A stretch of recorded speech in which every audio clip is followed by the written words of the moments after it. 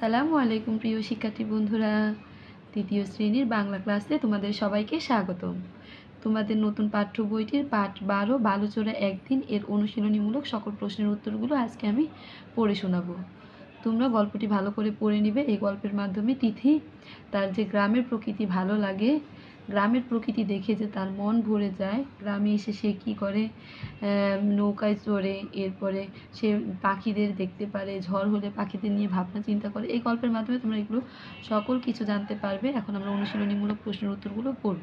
আমি আজকে অনুশীলনীর দেখো এই যে 1 নং প্রশ্ন, 2 নং প্রশ্ন, 3 নং প্রশ্নের উত্তর, এরপরে দেখো এই যে 4 নং, 5 নং, এরপরে এই যে 6 নং প্রশ্নের উত্তর, 7 নং প্রশ্নের উত্তর, 8 নং প্রশ্নের উত্তর, সকল প্রশ্নের উত্তরগুলো আজকে একটি ভিডিওর মাধ্যমে তোমাদেরকে পড়ে শোনাবো। ভিডিওটি স্কিপ না করে দেখতে থাকো। দেখো অনুশীলনীর আগে আমাদের কিছু শব্দ অর্থ দেওয়া আছে, বলা আছে শব্দ শিখি।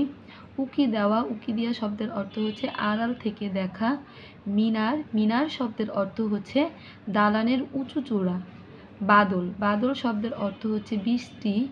চর, চর শব্দের অর্থ হচ্ছে নদীতে তৈরি হওয়া বালুময় ভূমি। নল খাগড়া, নল খাগড়া শব্দের অর্থ হচ্ছে নলের মতো লম্বা ঘাস। এখন আমরা অনুশীলনীতে যাব। দেখো অনুশীলনীর 1 নং প্রশ্নে কি বলেছে, শব্দগুলো পাঠ থেকে খুঁজে বের করি এবং শব্দের অর্থ বলি।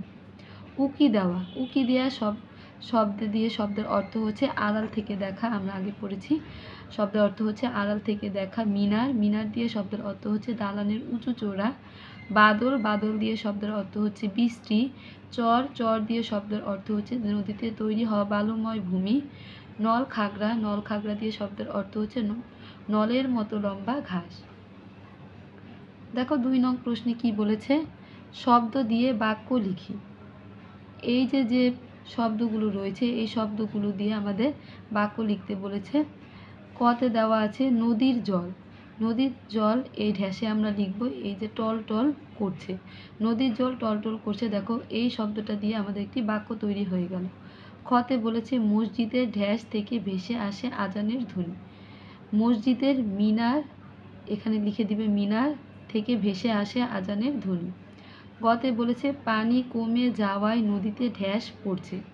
পানি কমে যাওয়ায় নদীতে কি পড়ছে, চর পড়ছে। ঘতে বলেছে গাছের ডালে এক ঢ্যাস পাখি বসে আছে। এটার উত্তর হবে গাছের ডালে এক ঝাঁক পাখি বসে আছে, এই ঢ্যাসে লিখতে হবে ঝাঁক। 3 নং প্রশ্নে বলেছে ডান পাশ থেকে শব্দ নিয়ে খালি জায়গা পূরণ করি। এই যে ডান পাশে আমরা শব্দগুলো দেখতে পাচ্ছি, এই শব্দগুলো দিয়ে আমাদের এই খালি জায়গাগুলো পূরণ করতে বলেছে। কতে বলেছে সুপারি গাছের সারির মধ্যে দিয়ে উকি দেয় ঢ্যাস। এখানে আবার সুপারি গাছের সারির মধ্যে দিয়ে উকি দেয়, এই যে সকালের সূর্য, এটা ঢ্যাসে লিখে দিবে। খতে বলেছে নদীর চরে ঢ্যাস মেলা বসে। নদীর চরে এই যে পাখিদের মেলা বসে। গতে বলেছে টল টল করছে ঢ্যাস। টল টল করছে কি, এই যে নদীর পানি। ঘতে বলেছে ঘাড় বাঁকা করে এক পায়ে দাঁড়িয়ে আছে ঢ্যাস। ঘাড় বাঁকা করে এক পায়ে দাঁড়িয়ে আছে কি, সাদা বক, এই ঢ্যাসে লিখে দিবে সাদা বক।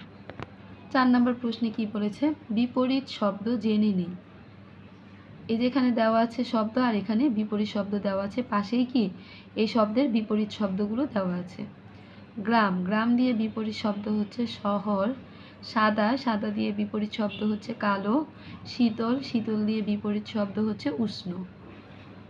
পরিষ্কার, পরিষ্কার দিয়ে বিপরীত শব্দ হচ্ছে নোংরা। দূর, দূর দিয়ে বিপরীত শব্দ হচ্ছে নিকট। অল্প, অল্প দিয়ে বিপরীত শব্দ হচ্ছে বেশি। এরপর আমরা 5 নম্বর পড়ব, সঠিক উত্তরটি বলি ও লিখি। সঠিক উত্তরটি বলতে হবে ও লিখতে হবে। প্রথমে বলেছে তিথি গ্রামের নাম কি, তিথি গ্রামের নাম হচ্ছে কি অচিনপুর। পরবর্তী প্রশ্নে বলেছে নদীর চরে পাখিদের মেলা বসার কথা বললেন। এই যে নদীর চরে পাখিদের মেলা বসার কথা তিথিকে কে বললেন, তিথিকে বললেন নাদের চাচা। মাটি দিয়ে শখের হাড়ি বানান, মাটি দিয়ে শখের হাড়ি কে বানান, মধু কাকা বানান। নল খাগড়া ঝোপে চুপচাপ বসে আছে কে, মাছরাঙা। এই কতে তোমরা টিক চিহ্ন দিয়ে দিবে, পড়বে মাছরাঙা। এরপরে প্রশ্নতে বলেছে যে ঘটনাটি আগের, মানে আগের কোন ঘটনাটি, এটাতে উত্তর হবে তিনি দাওয়াত দিয়েছিলেন, এটি হচ্ছে আগের ঘটনাটি। 6 নম্বর প্রশ্নে কি বলেছে দেখো, বুঝেনি।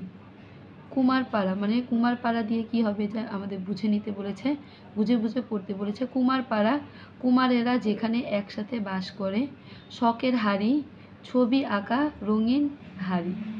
দ্বীপ, দ্বীপ দিয়ে হবে চারদিকে পানি দিয়ে ঘেরা ভূখণ্ড। 7 নং প্রশ্নে কি বলেছে, মুখে মুখে উত্তর বলি ও লিখি। ক নম্বর প্রশ্নে বলেছে গ্রামের প্রকৃতি তিথির কেমন লাগে, এটার উত্তর হবে গ্রামের প্রকৃতি তিথির ভালো লাগে, গ্রামে এলে সে মন ভরে প্রকৃতি দেখে। খতে বলেছে নৌকায় করে তিথিরা কোথায় গেল, উত্তর হবে নৌকায় করে তিথিরা নদীর চরে গেল।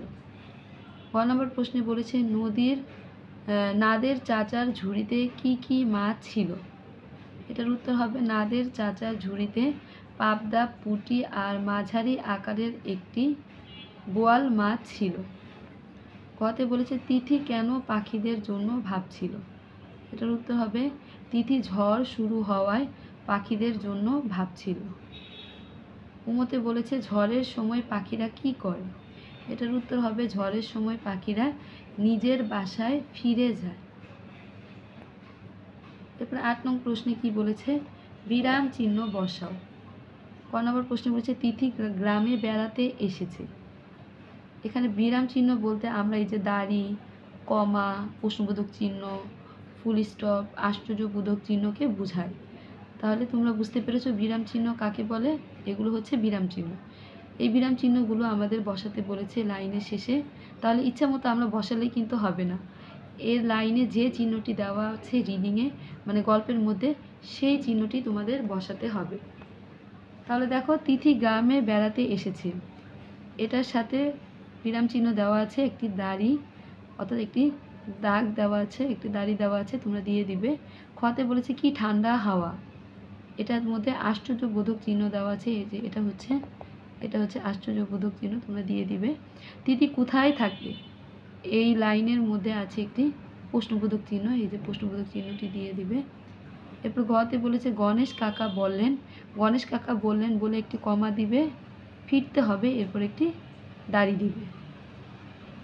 এগুলোকে বিরাম চিহ্ন বলে, এগুলো তোমরা এভাবে সুন্দর করে বসিয়ে দিবে। শিক্ষার্থী বন্ধুরা আজকের মতো এই পর্যন্ত। চ্যানেলটিকে সাবস্ক্রাইব করতে ভুলবে না, তোমরা যারা চ্যানেলটি সাবস্ক্রাইব করেছো তাদেরকে অসংখ্য ধন্যবাদ, যারা সাবস্ক্রাইব করোনি তারা চ্যানেলটি সাবস্ক্রাইব করে দিও। তোমাদের প্রত্যেকটি সাবজেক্ট রিলেটিভ ভিডিও আমি অলরেডি আমার ইউটিউব চ্যানেলে আপলোড করে দিয়েছি প্লেলিস্ট আকারে, তোমরা দেখে নিবে। তোমাদের সকল সাবজেক্টের ভিডিও তোমরা আমার ইউটিউব চ্যানেলেই প্লেলিস্টে পেয়ে যাবে। এই অধ্যায়টি দেওয়া বাকি ছিল, আমি আজকে দিয়ে দিলাম। আজকের মতো এই পর্যন্ত, পরবর্তী ভিডিওটি দেখার জন্য আমন্ত্রণ রইল। আর চ্যানেলটি সাবস্ক্রাইব করতে ভুলবে না, সাবস্ক্রাইব করলে আমার দেওয়া প্রত্যেকটি ভিডিও তোমাদের কাছে পৌঁছে যাবে, আর সাবস্ক্রাইব না করলে একটি ভিডিও তোমাদের কাছে পৌঁছবে না। তোমাদের পরীক্ষার যে প্রস্তুতিমূলক প্রশ্নগুলো রয়েছে, এই প্রস্তুতিমূলক প্রশ্নগুলো আমি ভিডিও আকারে তোমাদের লিখে দেখাবো, তোমরা চ্যানেলটি সাবস্ক্রাইব করে পাশেই থেকো। আল্লাহ হাফেজ।